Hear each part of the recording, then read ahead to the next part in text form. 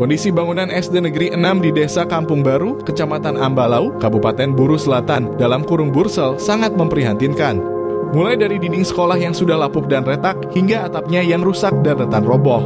Para siswa terpaksa harus belajar meski dibayang-bayangi rasa takut dan cemas, karena sewaktu-waktu atap dan dinding itu bisa saja roboh. Tak hanya itu, di beberapa ruangan kelas pun nampak lantainya retak dan terlepas. Lebih parah lagi, saat musim hujan tiba, para siswa harus dipulangkan lebih cepat karena dikhawatirkan atap sekolah bisa roboh. Hingga kini bangunan sekolah tersebut belum mendapat perhatian dari pemerintah Provinsi Maluku maupun Kabupaten Buru Selatan.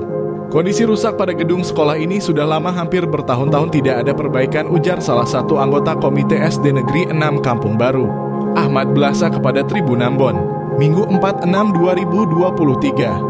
Menurutnya ada sekitar 4 ruangan kelas yang kondisinya sudah rusak parah, namun siswa dengan keadaan terpaksa harus mengikuti proses belajar mengajar tiap harinya. Dikatakan kondisi sarana dan prasarana sekolah yang tidak menunjang pasti akan berpengaruh pada proses belajar mengajar guru dan siswa serta mempengaruhi mutu pendidikan di sekolah tersebut.